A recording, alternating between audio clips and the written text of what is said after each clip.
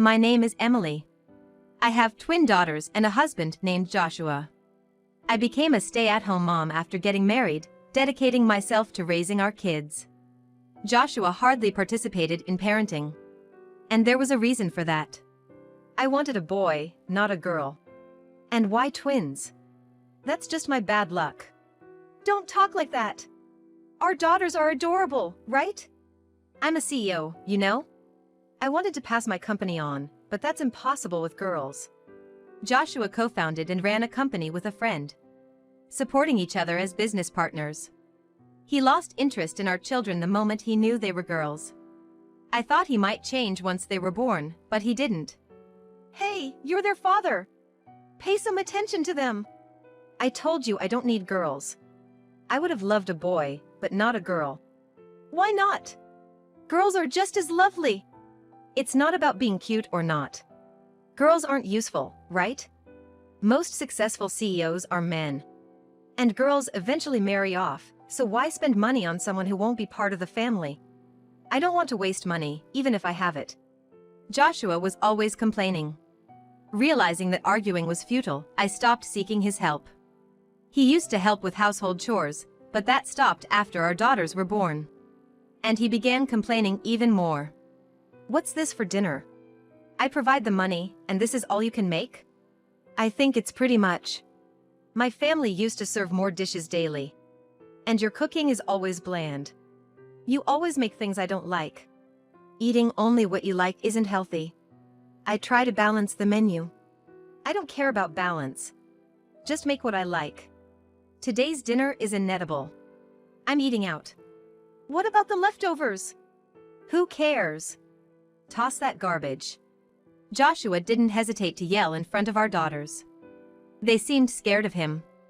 I was fed up with this life, but I had a reason I couldn't leave. I didn't have the money to support my daughters alone. I didn't want to worry my parents, so I couldn't ask for their help. But an unexpected end to this came. I'm moving in with my pregnant mistress starting tomorrow.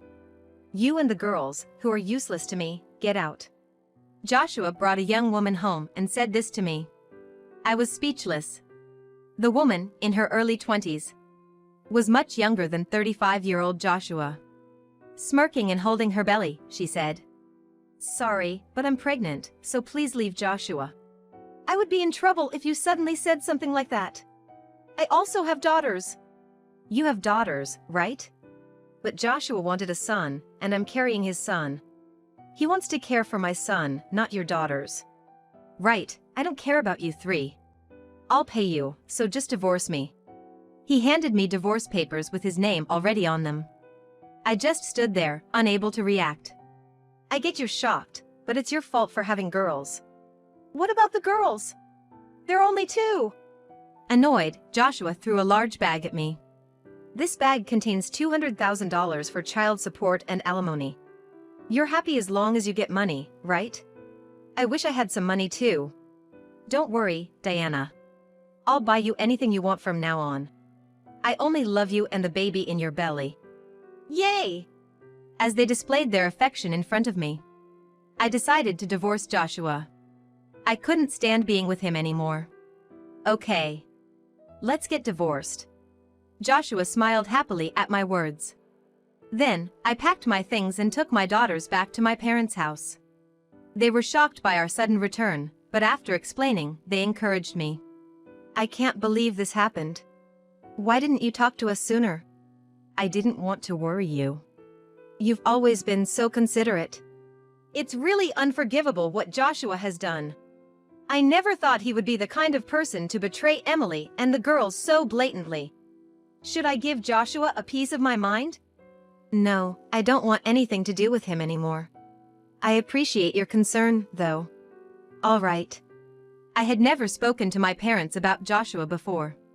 They had been happy about our marriage, so it was hard to talk about him.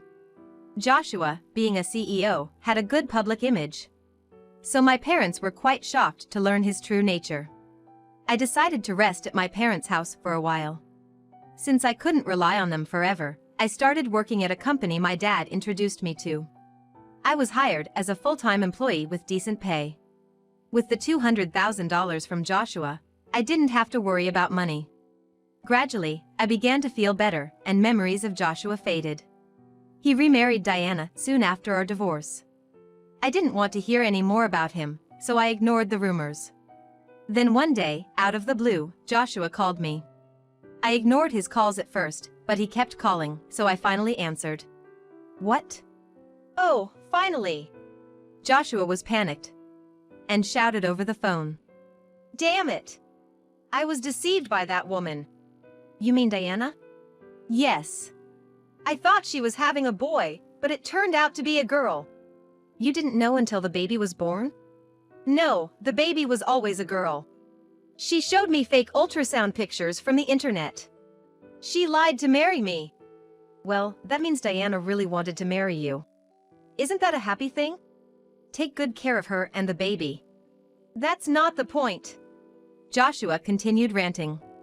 I wanted to hang up, but he kept talking. He told me things I didn't know. But honestly, I didn't care. She didn't love me, she loved my money. She lied about the baby being a boy just to marry me. But the baby is still yours, right? Yeah. I investigated and it turns out the baby is mine. Then you should take responsibility and raise her. Parenting is hard, but you should work together with Diana. But Diana ran away. What? I was shocked to hear that. When I listened to his story, it revealed that Diana had fled after her lies were exposed, leaving the baby behind.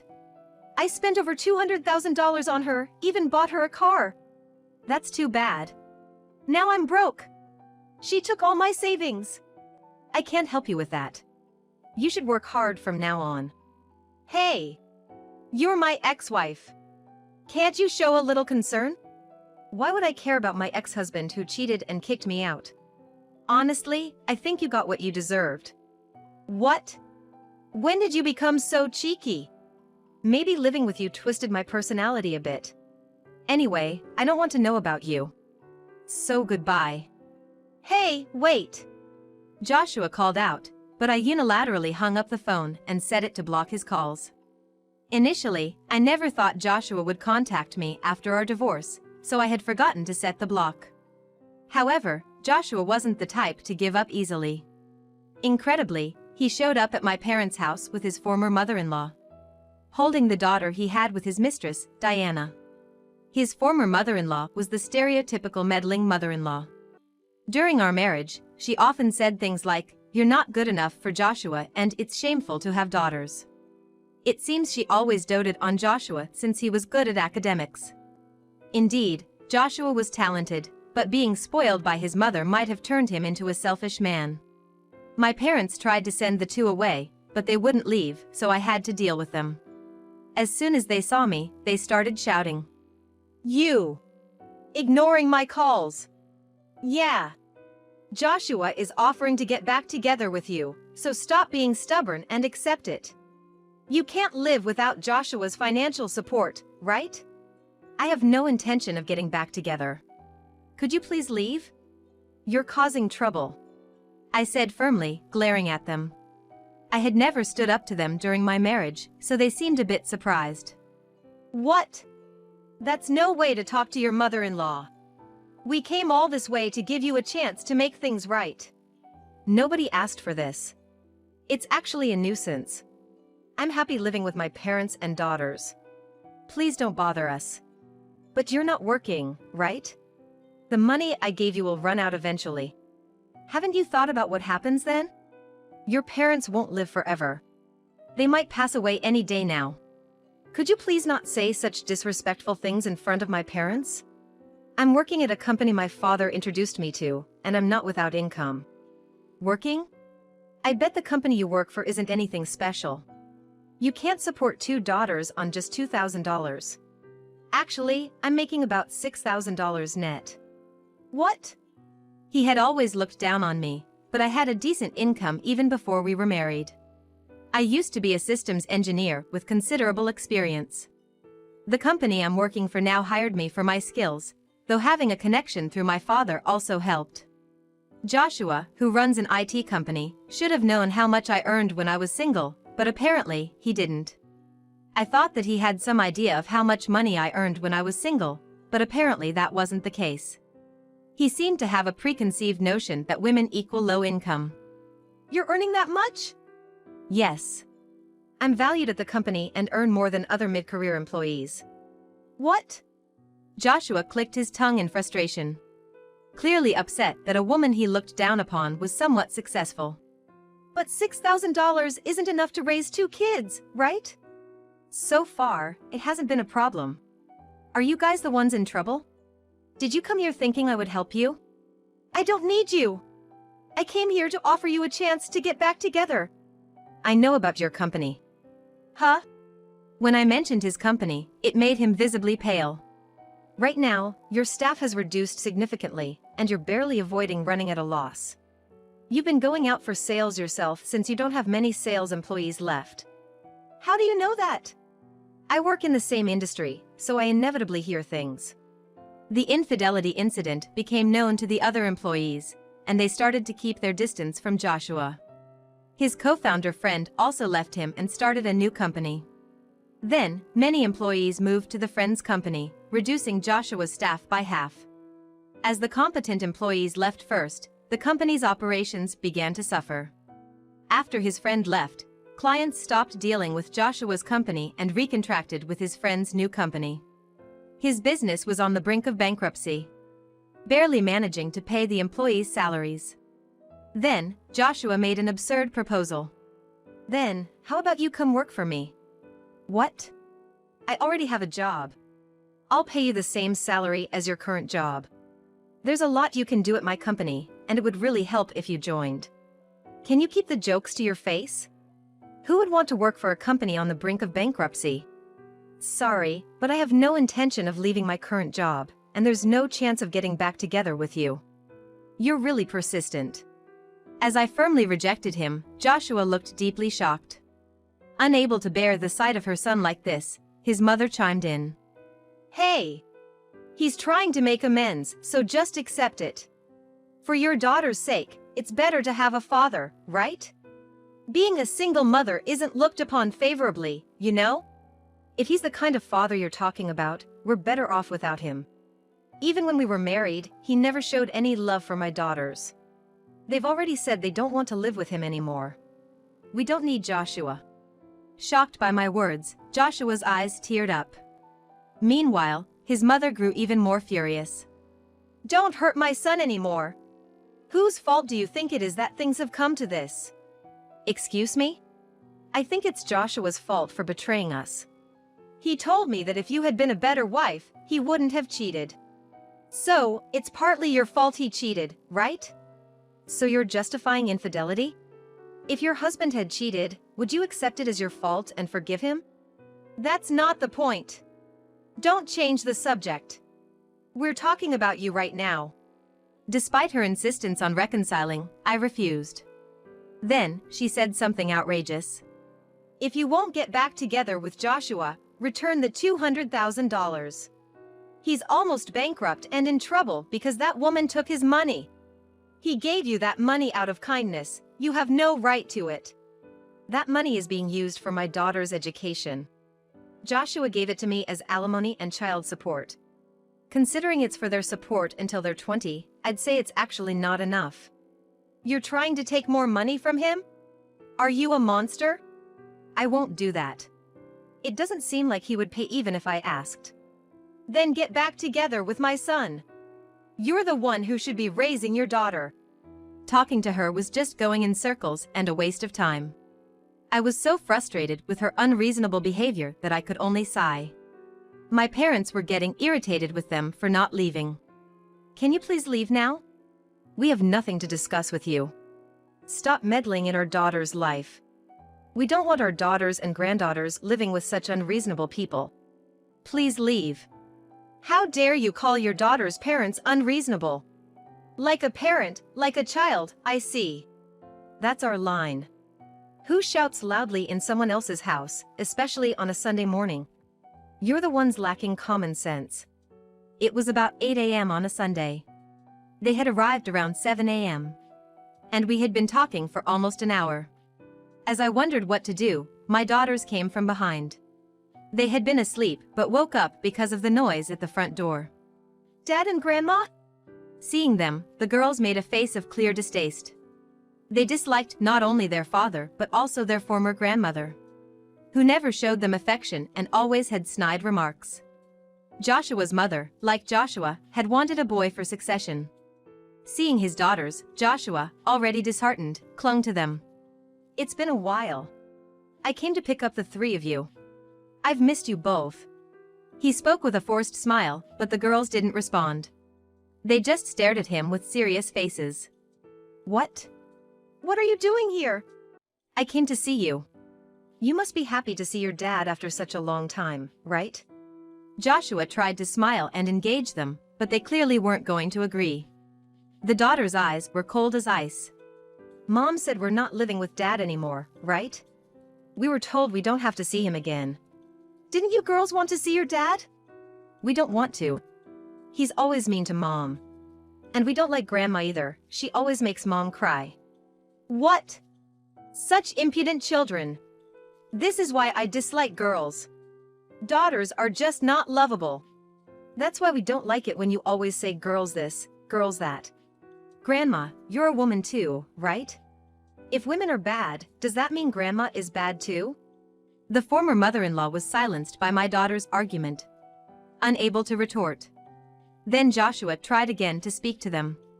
If you live with Dad, I'll buy you anything you want. You wanted a playset, right? We got the playset from Grandma, so we don't need it. Well, how about a video game then? It is coming for Christmas, so we don't need it either. Don't say such sad things. If you're with your father, you can have anything you want. You girls have a lot of things you want, right? Even if we want things, we don't want Dad. If it means living with Dad, we don't need toys or games. What's that supposed to mean? Joshua was visibly shrinking as he was rejected by his daughters. Then they suddenly left and returned, taking surprising action. Get out, mean monster who hurts Mom. Time to defeat the mean monster. The girls had brought dolls and started throwing it at Joshua and his mother, mimicking a scene they saw on TV where villains were sprinkled with salt. Stop that, both of you! Grandma is getting angry. Grandma is always angry. Just leave. You brats. I won't hold back just because you're kids. The former mother-in-law lashed out in a rage, trying to grab them. My father intervened, stopping her from hitting the girls. How dare you treat my granddaughters like that? It's their fault for throwing something. You and your family are uneducated. I'll take these kids and educate them properly. Joshua's mother tried to forcibly take the girls, who were strong until now, but began crying. Is something wrong? I looked up to see our neighbor standing at the door, drawn by the crying. He was unaware of Joshua and his former mother-in-law. After I briefly explained the situation, he scolded them on our behalf. If you have no connection with this family anymore, it's pitiful to linger. Please go home. Mind your own business. This has nothing to do with you. Although Joshua had quieted down, his mother's fury was unstoppable. Our neighbor, dismayed, called a police officer he knew. Soon, the officer arrived and took them into the police station. Joshua looked at me with tearful eyes. You really won't give us another chance? Who would want to restart things with you? But I'm worried about our daughters. Don't try to act like a good father now. It's too late. No, I want to live with you three. I've reflected on my past mistakes. You are all I have. You still have your beloved mother. Good luck with your nearly bankrupt company. Shocked by my words, Joshua started crying even in front of the officer. My daughters were appalled. Dad is crying even though he's an adult. Mom, Dad really is uncool. Joshua seemed even more shocked by their words. Eventually, the police took them away. They were severely reprimanded at the station. After that incident, they never came to our house again. The commotion made them infamous in a bad way. Perhaps they were too ashamed to show their faces. I didn't want to see them again, so maybe it was for the best. From what I heard, Joshua lost contact with the woman and was left to raise his daughter alone. His company failed, and he was saddled with debts. The company also had some debt, so it seems that he had to take on debt. The woman had also made debts in his name, adding to his troubles. My former mother-in-law, having sided with Joshua, was abandoned by her husband. She was divorced and kicked out of the house. Later, my former father-in-law apologized. A sensible man, unlike the other two. He had scolded Joshua when we decided to divorce. Now, Joshua and his mother live together, barely getting by with her looking after the child and him working part-time. Given her age, it's unlikely she can continue much longer. As for me, I'm living peacefully with my parents and daughters. Watching my girls grow up is my greatest joy. Work is going smoothly, and I'm engaged with a sense of fulfillment. I want to keep moving forward, always remembering to be grateful to those who support me.